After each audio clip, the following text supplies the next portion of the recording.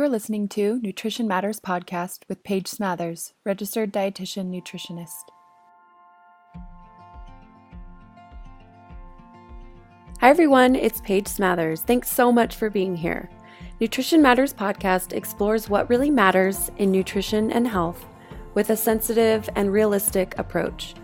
To help support the podcast, please consider making a donation at positive-nutrition.com/podcast. If you find this episode interesting, engaging, or helpful in your life, please consider donating, sharing with friends and family, and leaving a review on iTunes, Stitcher, Google Play, whatever podcast app you use to listen to this podcast. You can leave a review about this podcast straight from your podcast app. Search Nutrition Matters Podcast, click reviews, and then write a review. You can also find me on Instagram and Facebook if you'd like to have a little more food for thought. Thank you for listening. Hey there, podcast listeners. My name's Paige, and I'm your host, and welcome to Nutrition Matters Podcast. As always, I'm so excited to be able to share with you this episode. This one in particular is about such a sensitive topic, and I just want to ask everybody listening to please be really gentle with my guest and take care of her and support her, and maybe reach out and let her know if this episode felt helpful to you. I know it takes a lot to share something so vulnerable and special and intimate, and I just feel really honored that Laura, my guest today, was willing to share so much of her healing process and her story with how she was able to and is able to practice resilience and learn about resilience and be resilient in the face of some really difficult loss and tragedy in her own life. So thanks so much for joining me. And before we get into today's podcast episode, I just want to say thank you for being a listener. I also want to let you know that I have something on the schedule that I'm going to be releasing fairly soon that I'm really excited about. So if you want to be one of the first to hear and also be able to get a good deal on this new resource, join my mailing list at positive-nutrition.com and then scroll all the way down to the bottom and subscribe for updates. I promise I won't send any annoying email marketing stuff. I'm really not that organized. I usually just send an email out when I have something going on that I think might be interesting to you, and I usually offer significant discounts to my email list. So check that out, positive-nutrition.com, and then just on the homepage, scroll all the way down to the bottom. I also want to just encourage you to hop on iTunes, leave a review. When you do that, it helps more people find the show. It helps me continue to be able to feel like this work is reaching people. And I read each and every one of those. They make me, they just energize me. They make me feel good.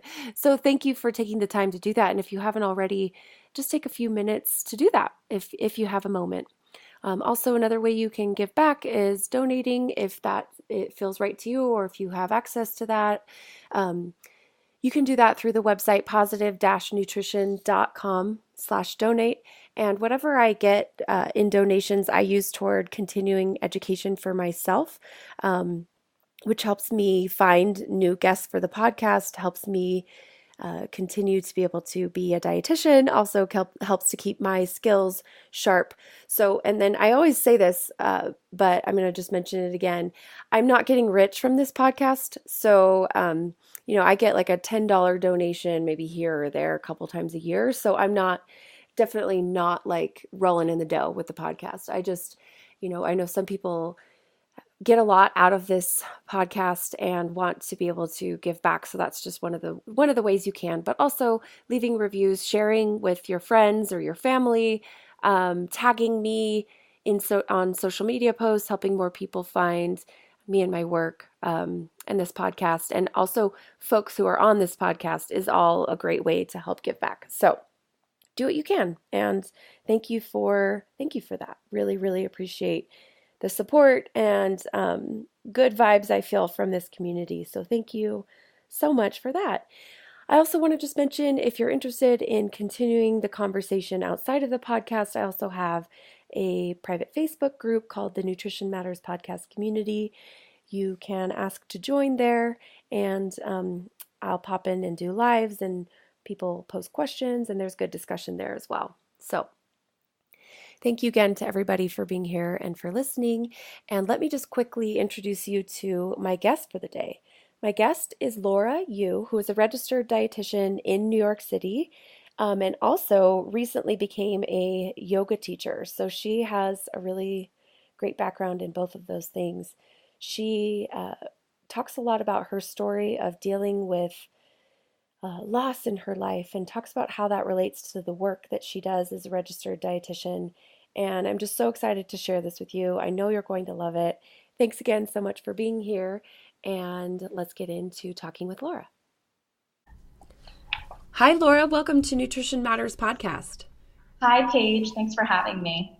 So, Laura, let's just take a minute and talk a little bit about your work and what you do and introduce yourself just a little bit, and then we'll dive into the topic at hand today, which is pretty much your story. So, Yeah, sure. I'm a registered dietitian and a Strala yoga guide.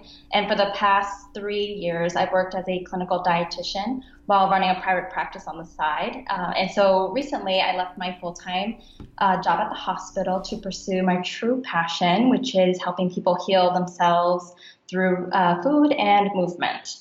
And my practice is in New York City, where I offer private yoga sessions as well as intuitive eating coaching. awesome. So you've taken the official leap into private practice.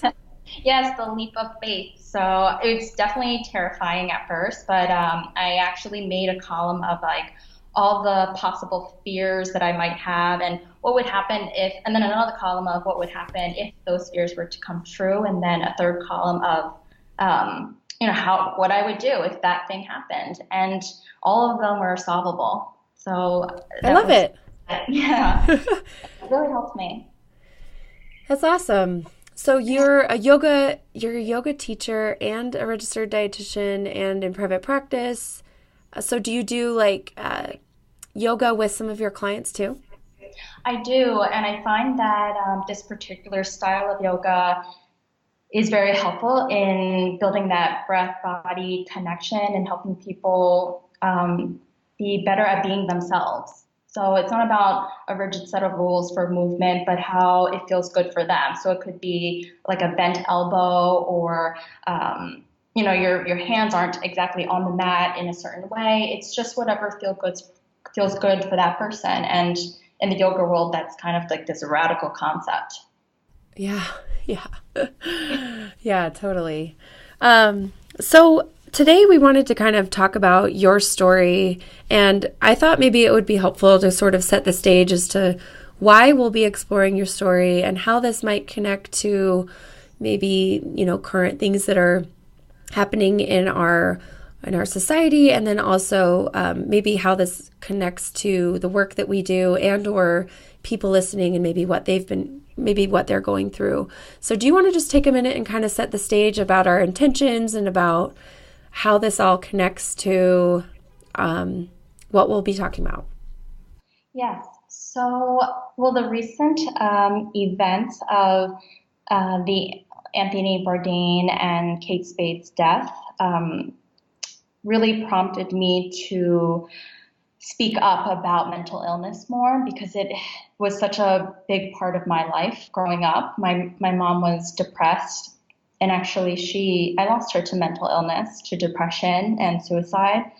And because that is such a big part of what we deal with, and the clients we work with in terms of trauma, pain, suffering, and I just find that it's such an important thing to talk about, because I don't think that in our field it's openly discussed.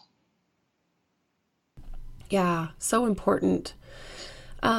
So take us through your story, however you'd like to. Take us through kind of what you've been through, your story with your family, and then I'll kind of ask questions along the way. Sure. My whole story kind of begins in undergrad at NYU, where I did graduate with a degree in food and nutrition, but that was never part of the plan. I had initially gone in there wanting to be a doctor because I felt that that was the only way that I could really help people. And in junior year, when I took my first nutrition class and learned about chronic disease and depression, malnutrition, every part of the puzzle of my childhood kind of came together. The fact that my mom was always depressed and my father was an alcoholic, I thought this was my normal because I didn't know anything different. But what I really learned is that nutrition, of course, plays a key role in health, but it also affects the duration or severity of depression. And my mom, she had gone through a lot of things. She had a hysterectomy. She lost her son, which is my brother, when he was a teenager. And coupled by all of these things and my father not being around, it just spiraled into a place where she didn't know how to bounce back from.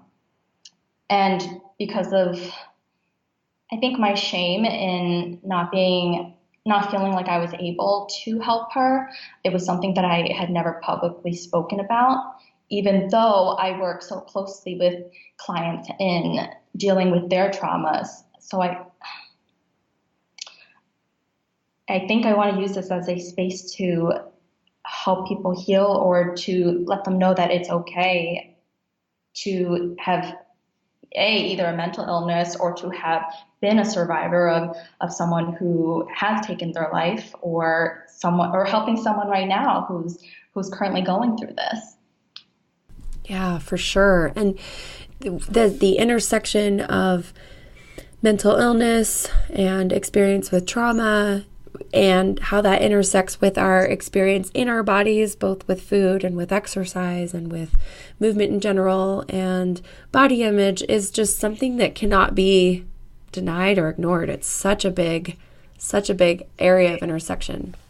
Yeah, and totally. I think there's a lot of shame almost in talking about it openly because, there's that fear that you're not validated for what someone has experienced, for what you've experienced, or fear of being judged, or maybe you've gone and told someone before and you felt that, you didn't get the help that you sought out to receive. Yeah. So talk about your experience with your dad, if you don't mind. Yeah, so he was an alcoholic. And I mean, it was such a rough childhood because he was never around. And he, of course, followed, a traditional Asian diet of high sodium, high fat foods. And in my mind at the time as a college student, I was trying to work towards counseling clients or patients rather, to go that opposite route, that there was such thing as bad foods and there was such thing as good foods. I think my experience seeing my father drink all the time and his lifestyle made me feel like there was such thing as good or bad foods. And I had set out to become a clinical dietitian because I wanted to make sure that nobody went that route. So I had a very clear cut. You were kind of trying to save the world from having a similar path as your dad because you saw his suffering, right? Yeah. Yeah. And I remember as a child looking at his death certificate, reading the word cardiovascular, and I had no idea what that meant until that nutrition class. And I was like, oh, that's the reason why he had a heart attack. I can't let it happen to anybody. So how old were you when you lost your dad and your mom, just to kind of paint the picture? So I lost my mom when I was 9, and 2 years after I lost my father. Wow. Yeah, that happened very fast. So what are the logistics, first of all, and then let's talk about feelings, but how did that actually work? Where did you go? How did you get, how were you taken care of for the rest of your childhood? So immediately after my mom passed, my father moved my siblings and I have 3 other sisters. 2 are at the time living with me, and we all moved from a large home to a very, very small apartment in Chinatown in Philadelphia. And he continued to to drink and to not be present. But my sisters, I had them. They basically took care of me until the point of my older sister, who was living in Virginia at the time. She said, "No way, you guys have to come live with me." And I didn't know better, and so I actually had fought to stay with my dad because Oh, yeah. So are you the youngest? yeah, I'm the youngest. Okay, so you have three older sisters. Your mom had passed, and then your dad was around, alive, but not really present. So your sisters probably started mostly raising you right around age 9? Yes, correct. Okay.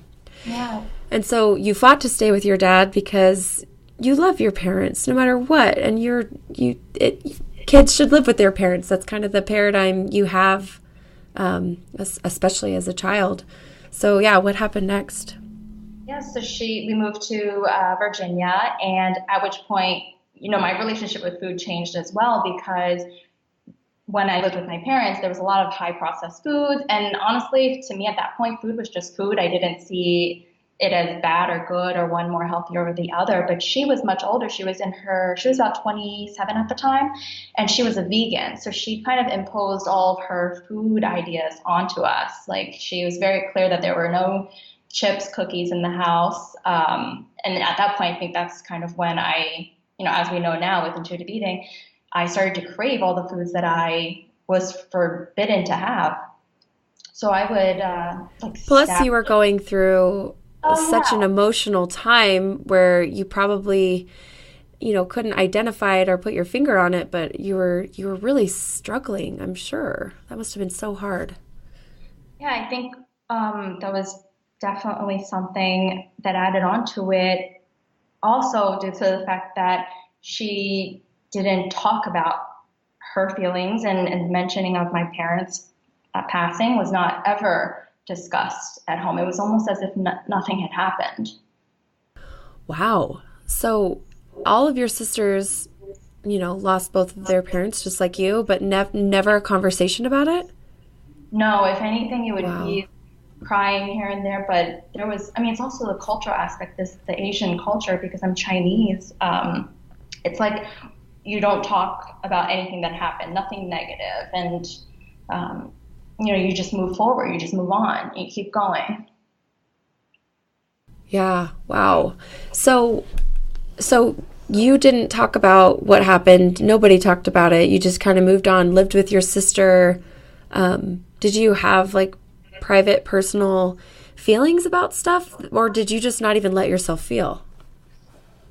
I think a little bit of both. I didn't let myself feel, and at the same time, I was so confused because no one had explained anything to me. And you were It, so little. Like, yeah, you needed that.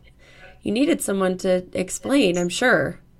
yeah, and to put the pieces of the puzzle together. And I feel like I learned everything kind of all at once. I learned that I had a brother. I learned that was added, like that certainly added on to her depression. So another thing that I learned was that my father had molested someone in our intermediate family. And so that was like something that all these things I just couldn't grasp. Like it almost felt like even though I was living it, that I wasn't in my body. I wasn't the person in this story. I was looking at it from the outside because I felt I didn't feel anything. It's so disorienting. Yeah. Yeah. Wow. Wow. So how did you end up at NYU? What's fill in the puzzle pieces of yeah, I, how you did I, that? I, it's a funny question because sometimes I don't even know how I. You're like, I wasn't in my body.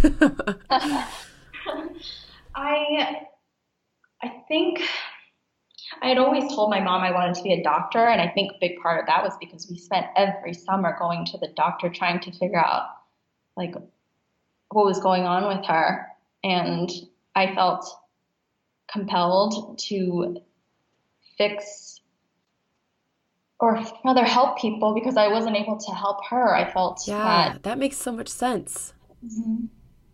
Yeah, so I wanted to be in state because my father, aside from being an alcoholic, he gambled away everything.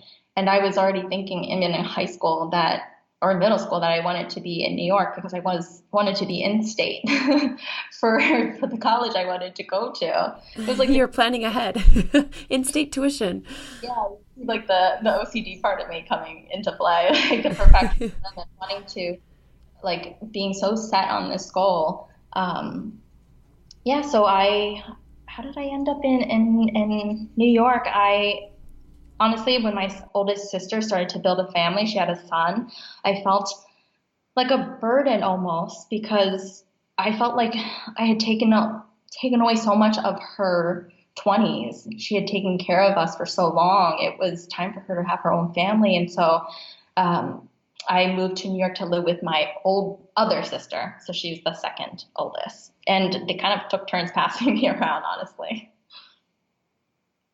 What was that like? And it kind of seems like you didn't really have the chance to process it or even put puzzle pieces together or have anybody explain to you what happened.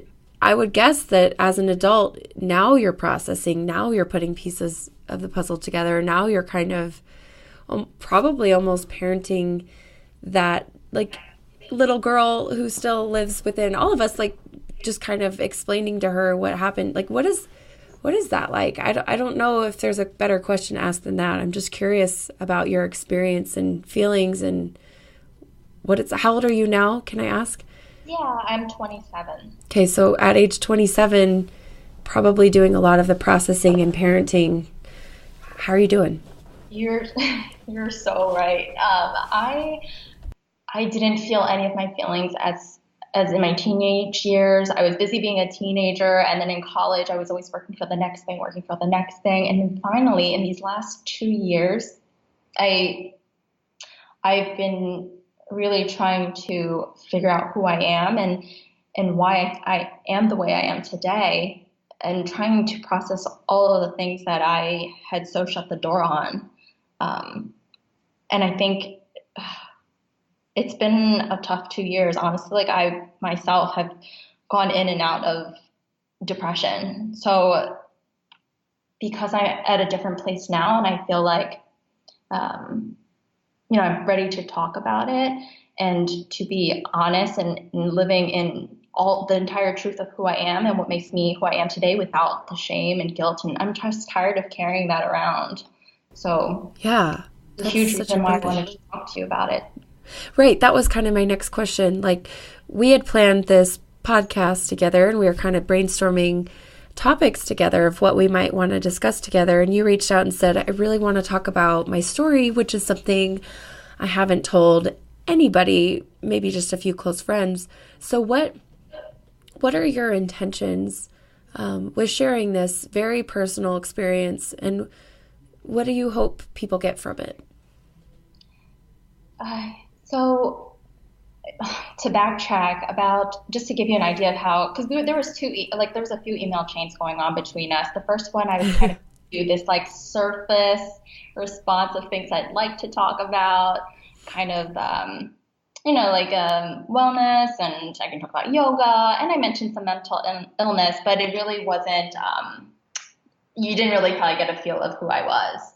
And then last weekend I was with one of my best friends, Valerie Callan. You know her. Yeah, and so do my listeners. Yeah, she's been on the podcast. She's Yeah. awesome. She was like, you know what? Why don't you talk about your story? Like she's one of the very few people that know the whole thing, and she was like, why don't you talk about resilience and maybe that can help others too.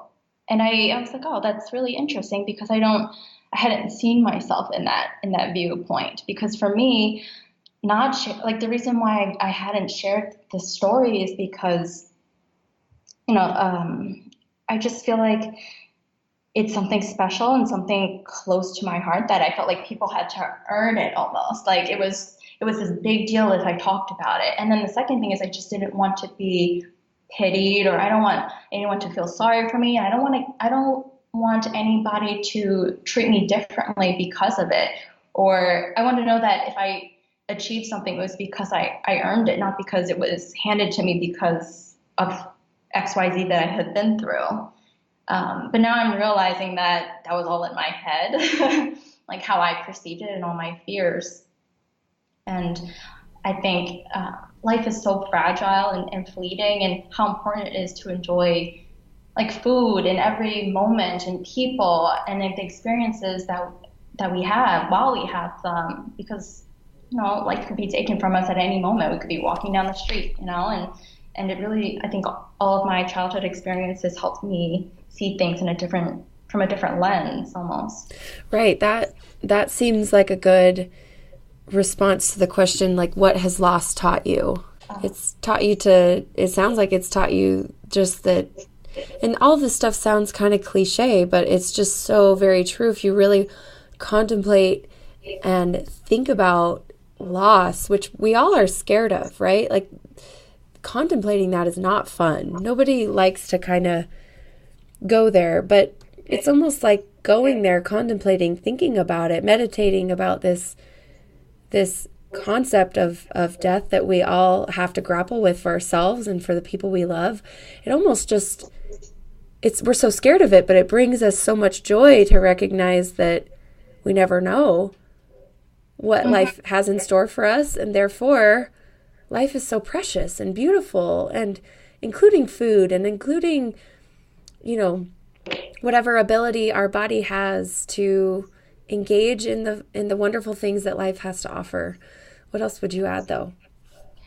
I would add that through everything that I've been through, I realized that there's no quick fix, as in there's no magic pill, there's no diet that's going to heal the pain or the suffering and trauma that affects your relationship with food and body image. And while this is my journey, I'd like to think that we're not all so different. And we all, at the end of the day, want to feel loved. We want to feel accepted and feel happy. And the thing about diets is that they can sell you this false sense of all of these things, right? And I think searching within yourself, you might come to realize that everyone has the power all along. Yeah, I like that too, that the idea of there's no quick fix, kind of like maybe the way your family, very, well-intentioned, but kind of just never talked about it. Maybe that was their version of like, oh, this is just going to be the easier quick fix to deal with such a tragic thing. But maybe through your older, wiser years, being able to see like there is no quick fix. And here I am this many years later, still having to process and grapple and feel and deal with all that you've been through. There's no quick answers to that process. And it's probably ongoing, and it's probably never really going to end. Yeah, I think a lot of times we're all looking for a means to an end. Like we just want to get there. We want to be happy. We want to get to the point. So same thing in recovery, right? In eating disorders, it's like we're waiting for the day that we'll wake up and be recovered. But it's an ongoing journey. It's a process. And just because we feel happy and great one day doesn't mean that we aren't able to feel sad the next. It's kind of like one of those graphs that go up and down. And part of your story that's fascinating to me is how this experience that you went through with your parents in your childhood, how that affected your kind of approach to nutrition, and how it was almost like this panicky, I need to save other people from having the same fate of what happened with my family. I think that that's a really interesting thing for all of us to reflect on, whether we are like clinicians, practitioners or not. Just how does our personal experience of what we've been through inform our desire to control, or our desire to, I guess control maybe is the right word, or even, would you have any other words for it? Sorry, it's not coming right to my mind, but do you know what I'm trying to say? Yeah, I think we kind of all have our own, we have the same agenda almost. We always want the best for someone, whether that's our family member, our friend, our client, but we have different ways of getting them there. And is that what you were kind of going towards? Yeah, just the idea of how like frantic and kind of panicky you felt about like, okay, I'm going to educate this person in the hospital setting on a heart healthy diet, and it just it like triggers all of this stuff for you that happened with your dad, and just kind of now having this more intuitive eating approach to food, just recognizing in retrospect like that a lot of that panicky feelings about educating those people in that setting likely was due to like your own trauma, your own childhood experiences being triggered. Does that make sense? I totally. I think that almost that way of counseling, it's kind of counseling based on fear, right? Because we're just doing things or approaching wellness because we're afraid that. Exactly. That's exactly what I'm getting at. Yeah, and that's kind of how I feel that the diet world is like. It's like all these studies that come out about saturated fat and this food and that food. It instills fear. And my way of thinking now is that instead of instilling fear and taking away, why not add to our lives with these Yes. foods and celebrate it for what it is? Yeah, totally. How do you feel that your experience with loss and with mental illness and with so many things that you've been through in your life, how do you think that those things affect your or inform your approach with your clients or even with like your yoga practice? I'm interested to know that particular realm of how your childhood informs your current Yeah. perspective.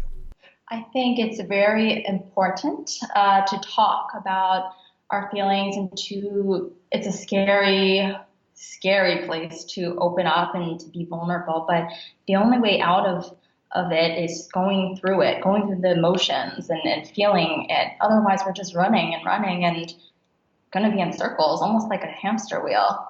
Yeah. And yeah, so I try to be as open as possible and like you offering a safe space for clients to talk about it. And in terms of incorporating the yoga, I like to tell people that how we move on the mat is how we move through life because there's so many lessons that how you practice moving on the mat. So say if in traditional yoga there's a lot of rules like you have to be in perfect alignment. You might be already holding a plank and some instructor might tell you to tense your muscles and clench your glutes and tighten your abs and do all of these 10 different things at once. But really, if you're just holding a plank, you're already doing all of the work. So why do we have to tense up and work so hard to get to what we're already achieving? We're already there. So it's about just being on the mat, being as you are, showing up, being able to move in any body that you're in without any rigid rules. Perfect. Yeah. And isn't it fascinating how much of a crossover like the dieting messages are with some of the like more rigid approach to like yoga or movement or even like going through the grieving process or dealing with loss that rigidity is just so suffocating sometimes. Yeah, it's hard to recognize it. If I think it's a hard thing for people to recognize actually, because if that's again something that's all they know and they don't know any different, then you see that as the right way almost. And I say that in quotes. Similar to how when and as a child, I thought things were normal, but I didn't know anything different. But there is another way. There's a way to soften and relax and to breathe and know that it's a process. It's not achieving one thing. Yeah, and maybe the very crux of so much of our dysfunction is because we think that there is a right way and we're always reaching for that. Whereas if maybe, like you said, I love that word soften and breathe, like softening into where you are and not trying to be in this constant hamster wheel of striving for the right way. Maybe that's so often the answer when it comes to our relationship with food or how we move or how we care for ourselves in general or how we grieve, right? Yeah, totally. All of those things. And just another thing I want to point out with movement, and I say it because social media is so prominent, and we see it on Instagram. We see people holding poses, and we think that that is yoga, or that's something that that's the goal. Similar to, say, someone wants to be a certain weight. Like, we just want to hit that number, and we think we're going to be happy once we get there. But really, is it ever really about achieving that number, that pose? Because it matters how you get there. It matters the process, the journey of just being who you are in the moment. And I think when we look back at an experience, we never really just think about that goal that we've achieved. We kind of look back, and we do reflect on how we got there, and how we got there matters. And I really try to, I think it's kind of obvious that I feel really passionate about the Strala yoga, because it's unlike any other, but also because it helps me so much in becoming in tune with myself, and not trying to be, or to feel like I need to be anyone other than myself. I love that. And just the idea of using yoga as like a, I don't have the right word for it, but like a symbol, or a type for life, where it's like, okay, how I move on the yoga mat is how I move through life. And if I can soften and be okay with this pose not being, quote, perfect, but it's doing what I feel is good for me, just that can't help but seep into your regular life. And that seems really, really powerful as a way to kind of move your body and do something with your body that has all of these really abstract and deep implications for life. Yeah, and everything, if we think about it, everything is everything. If we're rigid in one part of our lives, that's probably creeping into other aspects of our life too. And we practice softening and being movable and flexibility, that will seep in as well. Yeah, exactly. So we wanted to focus a lot of our conversation on this topic of resilience. And I'm curious, just broadly speaking, how do you define that word? What does that mean to you? What does that look like given your story? I think resilience means basically being able to recover and to bounce back, from whatever life throws at you, and persevering through it all. Like, I truly do believe that we are all capable of happiness in some form or another, and that things can get better. And a lot of it's through time, and of course work that you have to do on your own. But I do think that time heals a lot. And sometimes when we get to a place that's so dark, we feel like there's no coming out of it. But those are our biggest teaching moments. Like, we learn so much from our hardships, and so much opportunity to grow there. Yeah. What about for you personally? Like, what does it look like for you to be resilient? And I know that actually, hearing myself say that, I'm thinking, wow, that's kind of setting you up for like some pressure to like, oh, I need to be resilient, as if it's something you are.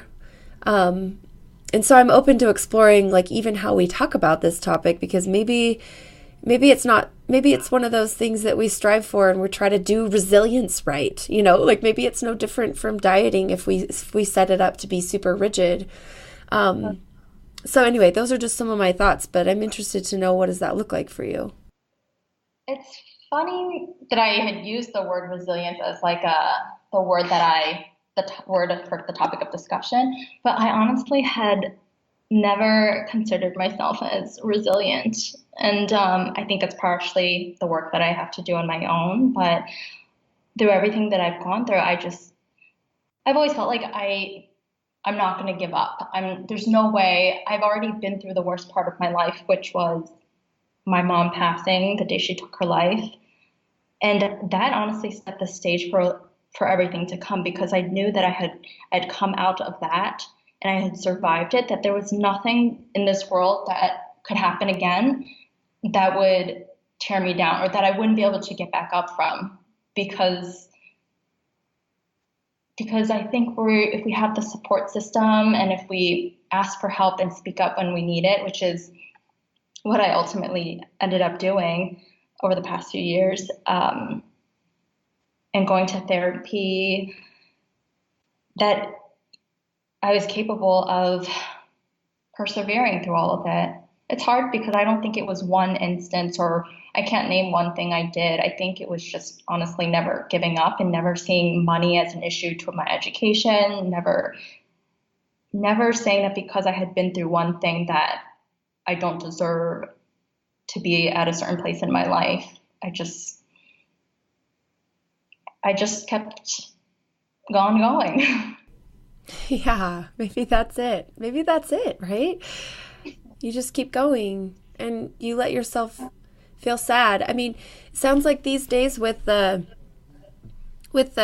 training you've gotten with intuitive eating and with yoga and just being older and wiser, what is like how does it look like to feel your feelings these days versus maybe in your early years of dealing with this loss? Like you guys didn't talk about your feelings at all, and I'm hearing you talk about your feelings now. So how did you make that shift, and what does it look like now to feel the way you feel?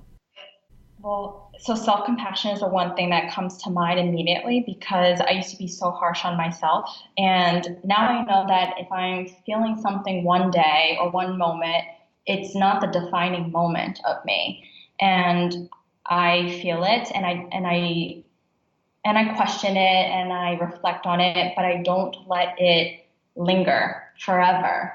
I get up and I continue on my day and I get out of bed versus beforehand. And in the way that I counsel, I try to show people that, they've been through things. Everyone's been through something, and to not discount all of the things that they've accomplished so far, and to remember those things, and that we can build on those small steps, those small accomplishments, like getting out of bed in the morning, just even opening up slightly, or even feeling your emotions, little things like that that seem like they're insignificant. They're eventually leading to something else. Yeah, and like just not running away like you were saying on that hamster wheel, but instead just like being present, like being in the moment, being in your body, feeling whatever comes, and realizing, like, I don't know for you, but for me, like just realizing it's not too scary. Like it's not so bad to just feel sad sometimes, or to like really feel whatever comes up for you. It's the running away that makes it so hard eventually. Yeah, and when I got to a place where I give myself permission to feel how I feel and to be in the body I'm in, and know that I'm never going to be a certain size, or my body's not meant to have six pack abs, and just being in the body I am, that is so liberating, to not want to be anybody else and to own all parts of myself, not just the happy parts or the glorified highlight reel of Instagram, but the other sides of me. Yeah, for sure. What was your experience like with food, being a dietitian and then finding intuitive eating? Is there any nuggets of wisdom or interesting things that you learned along the way of kind of finding that approach? Yes. So I had not heard of intuitive eating during my dietetic internship. I had actually been on a streak of making smoothies and kale, basically I was very plant-based, and um, I had gone to the doctor for a checkup, and my A1C came back kind of high. I mean, in my eyes, in my lab work mindset, it was on the higher end. It was pre-diabetes. And I know that there's stress, of course, that goes into it. There's so many factors, right? But in my eyes, I was like, wow, like I was eating so perfect. And I say perfect in quotations, but in my mindset, I was like, how can this be? It doesn't make sense. How can I do all the things right, work out, and be and look healthy, and yet my lab work is not what is reflective of how I thought health should be. And then that's when I realized, like, I'm eating way too much of anything is not healthy. And that's really when I cut back on the smoothies. That helped relieve a lot of my GI symptoms. So I had a lot of stomach aches at the time, and that's I thought I was eating, beans and all the fruit, but those were actually adding to my bloat and all the discomfort that I had with IBS. Yeah, isn't that interesting? It's like maybe you need to cut back on some of that stuff and incorporate some other things that maybe you've classically thought of as like so bad, quote unquote, or whatever. That's such a fascinating narrative that I see so much. Do you see that a lot in your practice too? All the time, of course, yeah. The people who think that processed foods are evil almost, and they won't touch it. Only anything that's not packaged is kind of the route that they go, and then they realize that there's another way. Right. Yeah, and while I was doing all of that, by the way, I was also like binging on ice cream and chips. Yeah, And that could also be go affecting the feeling in your body, right? yeah, definitely. So I found intuitive eating kind of after the math, after I had kind of gone through it myself. I think it was the scare factor, honestly. I was like, oh my God, I might be diabetic. Again, it was the fear route of going things, but I had cut back on all of those things, and I actually didn't work out for a while. I gave my body a rest, and I was trying to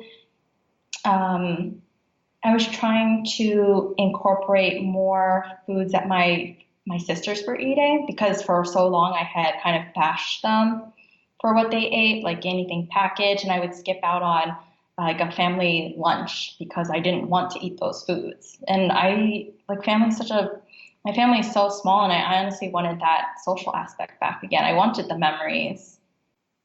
Yeah, especially like you need that more, like if anyone needs that family connection, you do, right? Yeah. You guys need each other. Do you guys talk these days with each other about your feelings or about what happened or grief together? So my oldest sister, I think we're kind of all doing our own work in terms of we're kind of all doing our own self-work. My oldest sister doesn't talk about it at all. I think she's in a way bitter, and rightfully so. She took on so much at such a young age. I mean, if I think about it, she was my age to how I am today, taking on children, her sisters, and such a big responsibility. Then my other sister, she lives right next door to me, actually. She lives in the same apartment building. So we're very close. Oh, fun. This is just your older sister? Those are two of my older sisters. Oh, they both live next to you. One lives in Virginia, Okay. the oldest one, and then the other one lives next door to me. Uh-huh. And the next one, the closest in age to me, she lives a few avenues away. Oh, fun. How fun.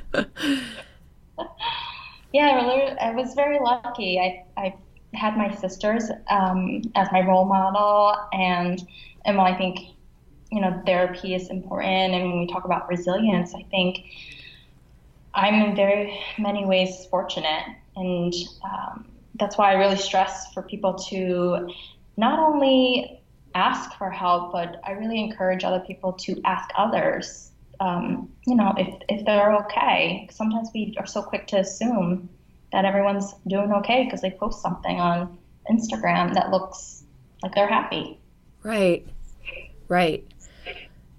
And I think it's so important for you to have this conversation and to share your story. And I'm hoping that people listening recognize that, struggles with food or our bodies or whatever realm we're struggling so often are connected to other things that have happened in our lives. And sometimes we tend to kind of not think that way. We don't think, what is the root cause, or what's the connection, or how does what I've been through in my life affect the way I approach food, or I approach my body, or I approach my self-care in general, or I approach feeling feelings.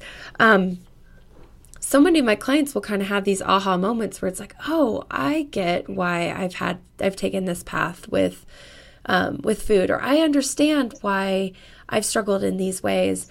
And I think having these conversations about things that, someone just on the outside might think, oh, well, what does talking about loss have to do with bodies, or have to do with food, or have to do with nutrition?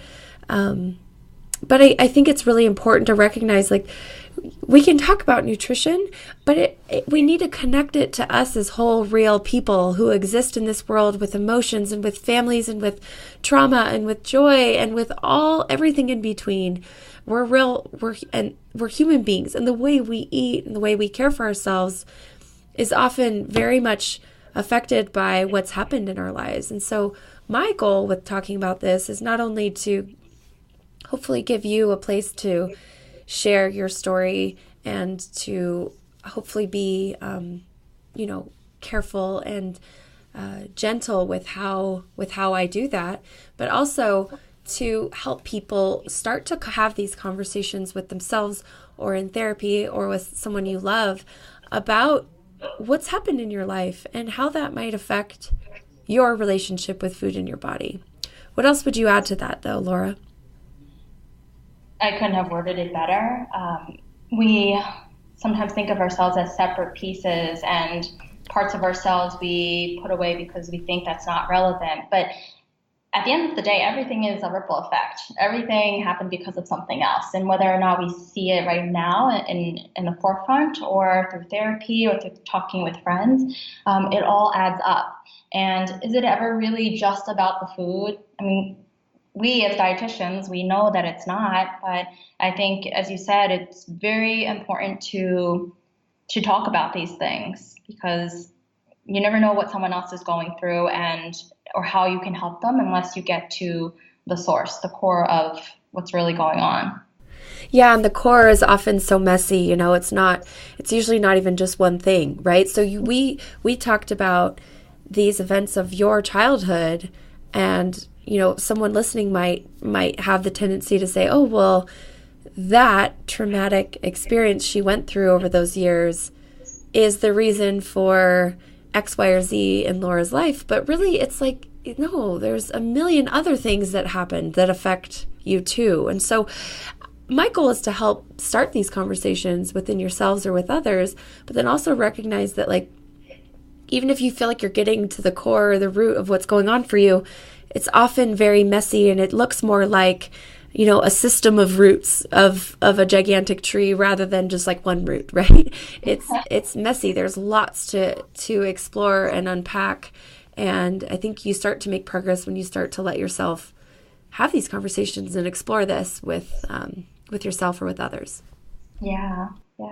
Thank you, Paige, so much for giving me this safe platform to talk about these topics and to share a big part of myself for the first time. I appreciate you. I'm so honored. That is, seriously, such an honor to be able to talk with you about this really sensitive part of your life. What do you want to say, just kind of in summary or in closing? Is there anything we missed, or is there anything you want to kind of tie up? I just want to reiterate that, as we talk about a lot of topics here. We talk about mental illness, we talk about food, body image, all the things that we've touched on. My outlook with life is really that life is so fleeting, and the fact that it's not to say that what someone has gone through doesn't matter, but to look at the bigger picture, to remember that food is such an important part of our lives, and in making memories and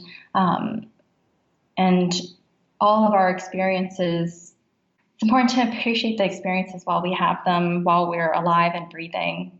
So if I can help someone,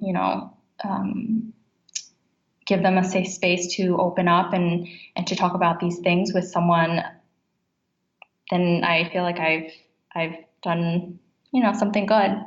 For sure. That's exactly why I podcast, because it's kind of like, okay, I'm putting this out there and I'm hoping it's helpful, because I feel like that's the world would be a better place if we all talked about this stuff more. And maybe if the culture shifted with the whole dieting thing that's the angle we take, but there's just in general more self-love, more conversation, more ability to feel your feelings, more ability to be your authentic self. All of this stuff is just so valuable. And this angle of talking about how things that happen in our childhood affect us, and how loss affects us, and how what resilience may look like for you, I think is just a valuable angle to take when exploring our relationships with ourselves in general and food maybe specifically. So thank you so much for doing this with me, and just take a minute to talk about how people can follow along and keep in touch with you. All right. You can find me on Instagram at laura.iu. I spelled that, by the way. It's actually pronounced you. But I'm on there on Twitter and on Facebook as well, and I'd love to connect with you all and hear your thoughts. Thank you. Thank you so much for being here, Laura. This was such a pleasure, and I'm so honored to have you share your story today. Thank you so much. Thank you. Well, I sincerely hope you've enjoyed this conversation. If you haven't already, please go ahead and leave a review on iTunes. Thanks again so much for listening, and we'll see you soon for another episode.